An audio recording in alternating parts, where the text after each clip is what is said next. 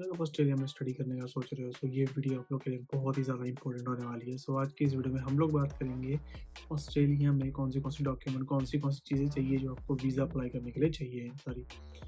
सब बहुत सारे स्टूडेंट्स को ये लगता है कि जो हमने सिर्फ एक स्टूडेंट कॉलेज की फ़ीस अप्लाई कर दी है, फ़ीस भर दी है और सीओई हमारे पास आ गई है तो वीज़ा हमारा आ जाएगा। सो ऐसा नहीं होता है और भी बहुत सारी चीज़ें हैं, बहुत सारे एस्पेक्ट्स हैं जिस पे ये चीज़ें रिलाई करती हैं। सो आज इस वीडियो में हम लोग वही देखेंगे। अगर आपके फाइनेंशियल्स वीक हैं, फाइनेंशियल प्रूफ्स वीक हैं, आपकी जो जेन्युइन स्टेटमेंट आपकी वीक है, सो आपका वीज़ा कैंसिलेशन के चांसेस बहुत ज़्यादा इंक्रीज़ हो जाते हैं। किस फैक्टर में होते हैं चलो हम लोग बात करते हैं। सो आज के इस वीडियो में हम लोग स्टेप बाय स्टेप जानेंगे कि कौन से डॉक्यूमेंट्स मैंडेटरी हैं, हर एक डॉक्यूमेंट्स का क्या अपना पर्पस है, इमिग्रेशन ऑफिसर को क्या देखना होता है ताकि वो आपका वीज़ा रिजेक्ट ना करे, वो क्या चीज़ें एनालाइज करता है आपके वीज़ा देखते हैं, और स्टूडेंट सबसे ज़्यादा गलतियाँ कहाँ करते हैं। Make sure you watch the video till the end. So चलो शुरू करते हैं। सबसे पहला है सीओई। सीओई क्या होता है? कंफर्मेशन ऑफ एनरोलमेंट, जो कि आप लोग, आपका एजेंट बहुत सारी यूनिवर्सिटीज़ अप्लाई करता है, 3 और 4 यूनिवर्सिटीज़ अप्लाई करता है। एप्लीकेशन की फ़ीस $100, हर एक यूनिवर्सिटी की $100 की फ़ीस होती है। अगर वो स्टूडेंट वीज़ा आ जाता है, एक तो कंडीशनल होता है और एक अनकंडीशनल। अनकंडीशनल में आपका जीटी होता है, जो कि आपका जो कॉलेज से आपकी एक ग्रुप कॉल होती है, उसमें आपसे कुछ फ्यू क्वेश्चंस पूछे जाते हैं about your course, about your past studies. So उससे आपका सीओई आ जाता है। ठीक है, आफ्टर सीओई, सो सीओई में बेसिकली होता क्या है रिटर्न वहाँ पर। सो यूनिवर्सिटी ने आपको ऑफर दिया होता है कि आपका ये कोर्स इतनी डेट को स्टार्ट होगा और उस डेट तक खत्म होगा। आपका कोर्स का नेम होता है, ड्यूरेशन होती है, ट्यूशन फीस कितनी होती है वो रिटर्न होता है, स्टार्टिंग और एंड डेट होती है रिटर्न, आपका कोर्स कब स्टार्ट हो रहा है और कब एंड हो रहा है। Next step is passport. Passport बहुत ज़्यादा इंपॉर्टेंट है। आप मेक श्योर करना कि आपका पासपोर्ट वीज़ा अप्लाई करने से पहले एटलीस्ट 6 मंथ्स पुराना हो। मिनिमम 6 मंथ्स की वैलिडिटी उसकी होनी चाहिए। क्लियर फोटोकॉपी स्कैन होना चाहिए उसका। और हाँ, ऑल जो 36 पेजेस के पासपोर्ट में अगर 36 पेजेस हैं, जिसमें 60 पेजेस हैं, सो वो ऑल फोटोकॉपी करा के स्टैम्प लगे होने चाहिए कोर्ट से। और हाँ, अगर आपका पासपोर्ट एक्सपायर होने वाला है तो पहले उसको रिन्यू कराओ, उसके बाद वीज़ा का प्रोसेस शुरू करना। So third point is English language test, जिसको आप पीटी, आइल्स और टॉफल जो भी आप बोल सकते हो, उसमें आपको मैंडेटरी स्कोर चाहिए होता है। हर एक यूनिवर्सिटी का अलग अलग स्कोर होता है। सो इन जनरल 6.5 आपको चाहिए होते हैं, 65 ईच आपको सभी में चाहिए होते हैं। फॉर द यूनिवर्सिटी आप मास्टर्स करने आते तो आपको 7 अबव चाहिए। और हाँ, ये जो टेस्ट है उसकी वैलिडिटी अप टू 2 ईयर्स होती है। जब आपने आपका टेस्ट दिया और आपका रिजल्ट आया उसके नेक्स्ट 2 ईयर्स तक valid. So the fourth point is genuine statement, GS, जिसको बोलते हैं genuine student statement, GS. GS को पहले जीटी बोला जाता था, जो मैंने अभी आप स्टार्टिंग में आपसे बात करी है, जीटी। इस डॉक्यूमेंट में आपको क्या क्या एक्सप्लेन करना होता है।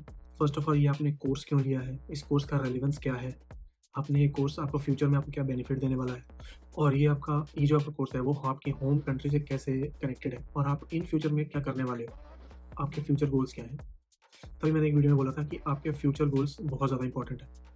और इस चीज़ में अब इमिग्रेशन ऑफिसर क्या दिखेगा, आप जो उसको आंसर्स दे रहे हो उसमें वो क्या एनालाइज करेगा कि आप जो उसको कोर्स की जो हिस्ट्री बता रहे हो, आपका जो पास्ट कोर्स था और जो प्रेजेंट कोर्स है, उससे वो रेलिवेंट कैसे है, कैसे आपका कोर्स सेम है। जैसे आपने फॉर एग्जांपल आपने एमबीए वगैरह किया है तो आगे जाकर आप अपने बीबीए किया है, ठीक है, सो उसके बाद आप एमबीए करोगे। एमबीए अगर आपने ना करके आपने उसकी जगह पे कुरी का ले लिया, कोई ट्रेड कोर्स ले लिया, सो वो एक रेड फ्लैग है, तो वहाँ पर वो आपका वीज़ा कैंसिल कर सकता है। और हाँ, अपनी जो जीएस को लिखते समय प्लीज़ गूगल से कॉपी पेस्ट मत करना, अपना जेन्युइन आंसर लिखना, अपना जेन्युइन फीडबैक्स, अपने सब कुछ जेन्युइन रखना उस पर, क्योंकि वीज़ा ऑफिसर उसको पूरा पढ़ेगा और आपसे क्रॉस क्वेश्चनिंग करेगा। अगर आपने कॉपी पेस्ट किया होगा तो आपको बिल्कुल भी नहीं पता होगा आपने उसमें क्या लिखा है, ठीक है। सो प्लीज़ मेक श्योर वो copy paste. So move on to the next thing, financial documents. ये वीज़ा की बैकबोन है, ठीक। इसमें आपको यार अपने आप को बेसिकली प्रूव करना है कि आप फाइनेंशियली केपेबल हो आपकी 2 ईयर की स्टडी को कंप्लीट करने के लिए। सो इसमें आपको दिखाना क्या-क्या होता है, जो आपको मनी शो करनी होती है। बोलते हैं ना कि आपको मनी शो करनी है। मिनिमम मेरे को लगता है अब इंक्रीज़ हो गई है। अब जो ये मनी है वो इंक्रीज़ हो चुकी है, अब $29,000 के करीब-करीब हो गई है। सो इसमें आपको क्या कैसे-कैसे दिखानी होती है। 1 साल की स्टडी फीस दिखानी होती है, कॉलेज की जो फीस है आपकी वो दिखाना होता है। लिविंग एक्सपेंसेस दिखाने होते हैं, और ट्रैवल कॉस्ट है और इंश्योरेंस भी इसमें एक ऐड होता है प्लीज़, वो भी इसके अंदर आपको शो करना पड़ता है। सो फाइनेंशियल प्रूफ्स की बात की जाए, जो आपको डॉक्यूमेंट्स दिखाने हैं वो क्या दिखाने हैं। बैंक स्टेटमेंट दिखानी है 6 से 8 महीने की।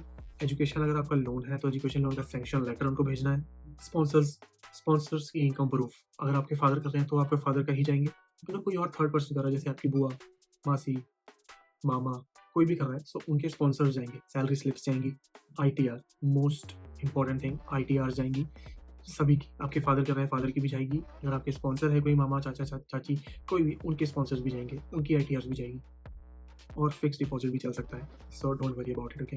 सो इसमें आप इमिग्रेशन ऑफिसर्स क्या चेक करेंगे? तो ये आपके फंड्स बिल्कुल जेन्युइन हैं, कोई भी फ्रॉडस्टर तो नहीं है, आपने ये फंड्स बहुत टाइम से मेंटेन करे हुए हैं, अगर आपने फंड्स अभी रिसेंट डाले हैं तो उसका रीज़न क्या है? अगर वो जेन्युइन है, कोई प्रॉपर्टी अगर सेल हुई है, उसका पैसा है, तो इट्स जेन्युइन, वो प्रॉपर्टी के पेपर्स भी वहाँ पर लगेंगे, सो वो जेन्युइन होना चाहिए सारा कुछ, ठीक है? मैं तो कहूँगा प्लीज़ उसको 6 से 8 महीने उसको मेंटेन करके रखो। इन केस अगर आपको कुछ निकालना पड़ता है तो कुछ एक्स्ट्रा अमाउंट डालो, अगर आपके फादर की सैलरी वगैरह आती है, सो उतना अमाउंट एक्स्ट्रा डालो, ताकि अगर उतना अमाउंट निकाल लो, सो आपके पास जो बैकअप अमाउंट है वो प्रॉपर होना चाहिए। अगर आपको नहीं समझ आया है, सो अगर आपको मनी शो करनी है 15 से 16 लाख रुपए के बीच में, 16 लाख, लेट्स से 16 लाख लगा लेते हैं हम। सो अगर 16 लाख रुपए शो करनी है तो आप उसको 1 लाख एक्स्ट्रा करके चलो, आपकी सैलरी आएगी, खर्चा है, उसको मेंटेन करके चलो 16 लाख। 16 लाख बिल्कुल भी आपको 6 से 8 महीने तक टच नहीं करने हैं, वो स्पैन पूरा, ठीक है? Let's move on to the academic documents. So academic documents में लेट्स से वही आपका जो 10th की मार्कशीट, 12th की मार्कशीट, अगर आपने कॉलेज किया है तो कॉलेज के पूरे ट्रांसक्रिप्ट्स, सारे ईयर के, सारे सेमेस्टर्स के, और आपका जो आईएलटीएस का जो स्कोर आएगा वो चाहिए आपको। अगर आपकी कोई बैकलॉग है तो उसका बैकलॉग सर्टिफिकेट, कोई गैप है आपका गैप सर्टिफिकेट। हाँ, अब इसमें ऑफिसर्स क्या चेक करेंगे? एकेडमिक जेन्युइन है, एकेडमिक कंसिस्टेंसी जेन्युइन है, जैसे आपने 11th किया, 12th किया, उसके बाद अगले साल, उसके बाद शुरू कर दिया सारा, ठीक है? अगर बीच में गैप आया, सो वो गैप सर्टिफिकेट भी आपको दिखाना पड़ेगा। कोर्स की सूटेबिलिटी दिखानी पड़ेगी, आपने जो कोर्स प्रीवियस में किया और आप जो अब करने वाले हो, उसकी जो सूटेबल कैसे हैं, वो एक-दूसरे के साथ रिलेटेड, कोरिलेटेड कैसे हैं, वो आपको शो करना पड़ेगा। स्टडी गैप, ये मैंने अभी बता दिया, स्टडी गैप है तो आपको गैप सर्टिफिकेट शो करना पड़ेगा, आपने उस गैप के बीच में आपने क्या किया? आपने अगर कहीं जॉब करी है, सो उस गैप के अंदर आपने जॉब करी है, सो जॉब का जो सर्टिफिकेट है, वो भी दिखाना पड़ेगा। So the next is OHSC health insurance. So Australia में हेल्थ इंश्योरेंस बहुत ज़्यादा इंपॉर्टेंट है। सो मैं आपको मोटा-मोटा बता देता हूँ हेल्थ इंश्योरेंस का क्या हिसाब-किताब है। हेल्थ इंश्योरेंस आपको हर एक ईयर के हिसाब से $700 पे करने हैं।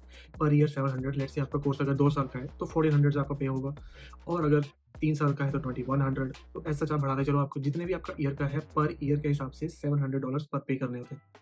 सो ये हेल्थ इंश्योरेंस आप कौन-सा खरीद सकते हो? एक बूपा ऑस्ट्रेलिया खरीद सकते हो, अलियांज केयर ऑस्ट्रेलिया का आता है एक, वो खरीद सकते हो, और एक मेडी बैंक का एक आता है, वो भी खरीद सकते हो। तो मेरे पॉइंट ऑफ व्यू से अगर आप खरीदते हो, बूपा का खरीद लेना, कंपैरेटिवली सस्ता, चीपर होता है। और हाँ, वीज़ा विदाउट ओएचएससी आपको नहीं मिलेगा, सो मेक श्योर आपके पास ओएचएससी होना चाहिए, mandatory. And moving on to the another one, so Medicare और मेडिकल बायोमेट्रिक्स। सो ये बायोमेट्रिक्स की जो फीस होती है वो 8 से 9 हज़ार तक लगती है, अब इंक्रीज़ हो चुकी है, पहले 6 से 7 थी, अब 8 से 9 हो चुकी है। सो वहाँ पर आपका वो लोग चेस्ट का एक्सरे करेंगे, ब्लड टेस्ट करेंगे, कुछ जनरल एग्जामिनेशंस होगा, सो आपको रिपोर्ट बनाकर वो आपको दे देंगे, वो आपको जमा करानी है, आपके वीज़ा के साथ वो एज ए डॉक्यूमेंट लगेगी। सो ये चीज़ जो अब नेक्स्ट थिंग है वो इम्पोर्टेंट है भी है और वो इम्पोर्टेंट नहीं भी है, ठीक है? कभी-कभी वो माँग ली जाती है। Police clearance certificate, PCC.